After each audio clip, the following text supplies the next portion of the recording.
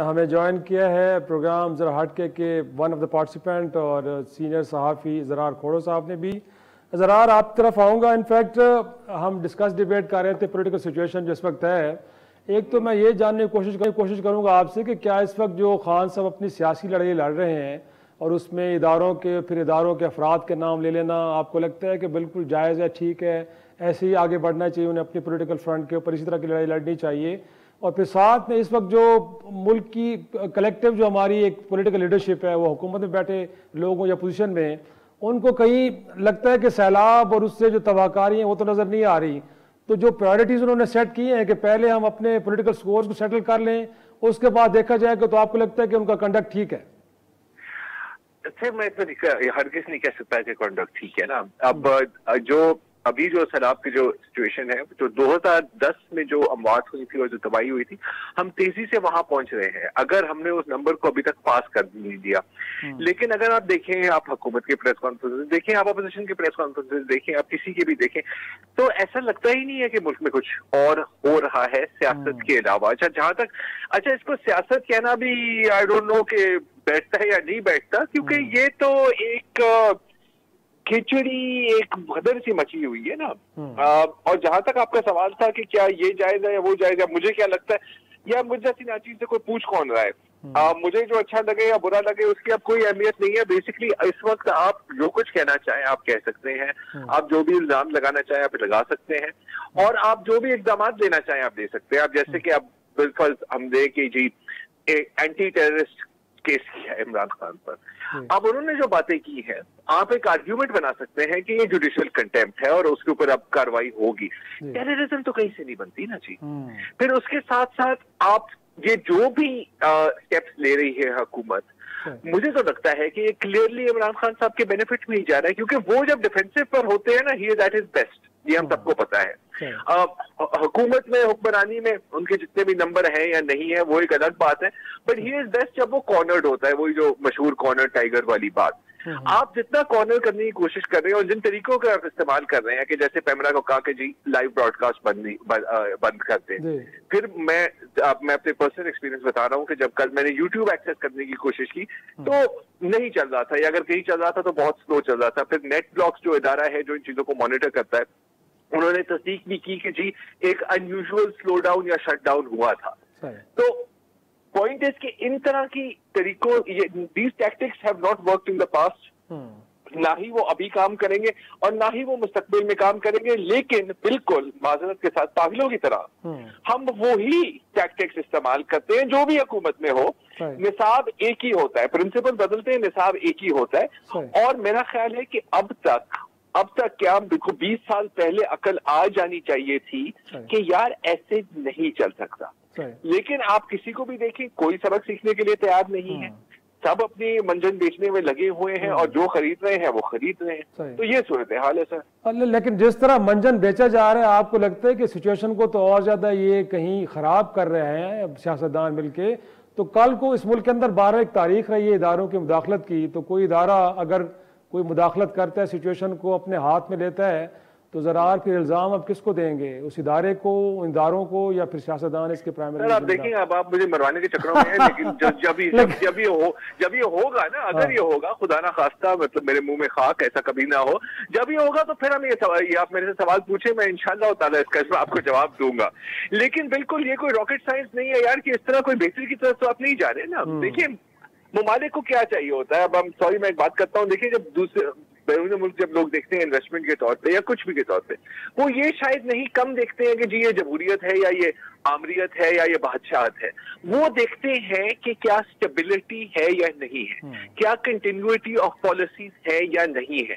یہاں پر تو یار ہم ابھی جو ہم بات کر رہے ہیں نا, ابھی 7:30 بجے ہے نا, 9 بجے تک کوئی نئی کہانی شروع ہو جائے گی, 12 بجے تک تو میرا خیال ہے دنیا بھی بدل سکتی ہے. تو اس کو آپ جو کچھ بھی کہیں, اس کو آپ سیکیورٹی, اسٹیبلٹی اور کنٹینیویشن تو آپ نہیں کہہ سکتے نا. یہ ایک اسٹیٹ آف آرگنائزڈ کیوس ہے, اور مجھے تو لگتا ہے کہ ڈیفینیٹلی, اور یہ کوئی نوسٹراڈامس ہونے کی ضرورت نہیں ہے اگر میں یہ پریڈکشن دوں کہ it will only get worse from here. مجھے کوئی اس وقت بہتری کا تو کہیں دور سے امکان نہیں نظر آ رہا. اور یہ جو ابھی سیلاب کی جو تباہیاں ہیں نا, یہ ہمیں پتہ لگیں گی ابھی 2 ہفتے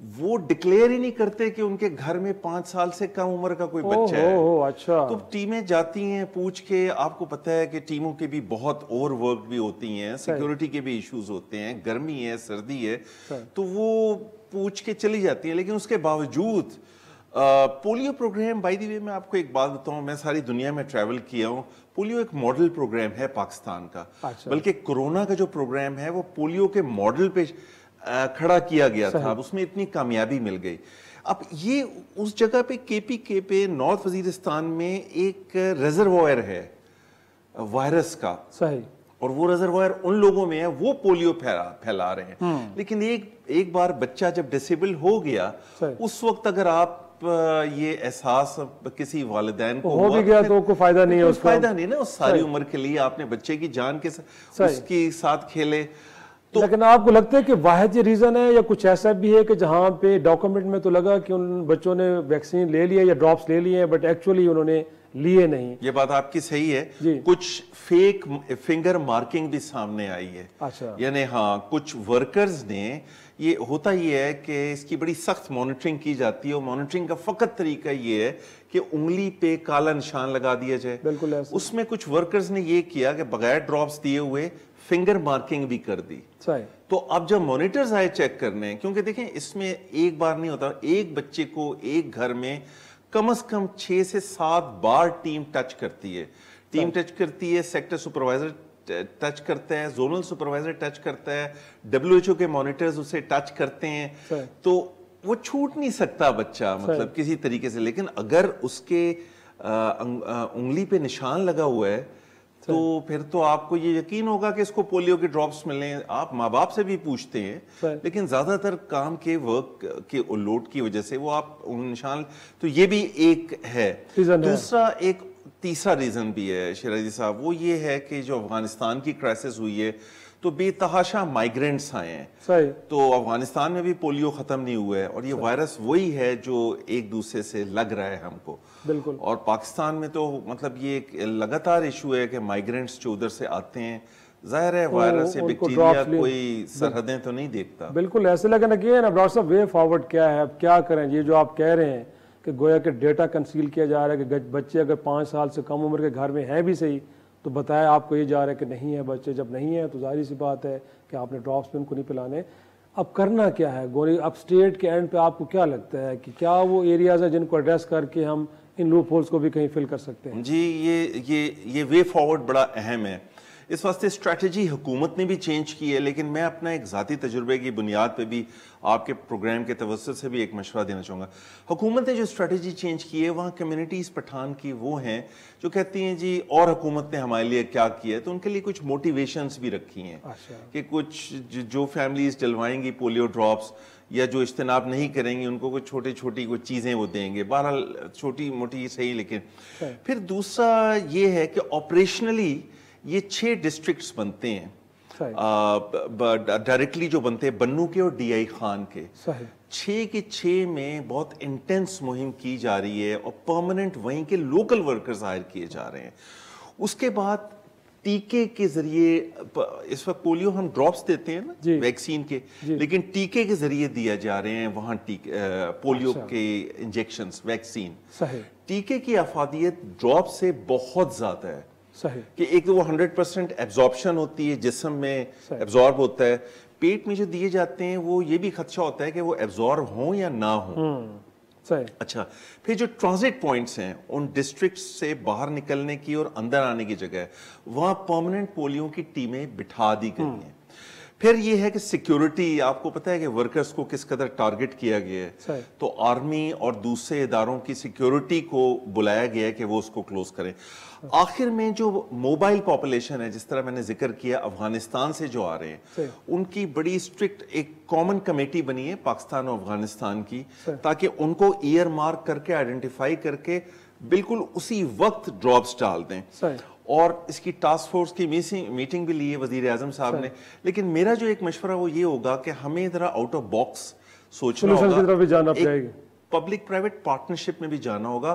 ہمیں حکومت کے علاوہ ہمیں اور باقی سٹیک ہولڈرز کو بھی شامل کر کے کم از کم مانیٹرنگ کے لیے ممکنہ طور پہ سن رہے ہوں کہ آپ کے جو حکام ہیں تجاویز, جس کے ساتھ ناظرین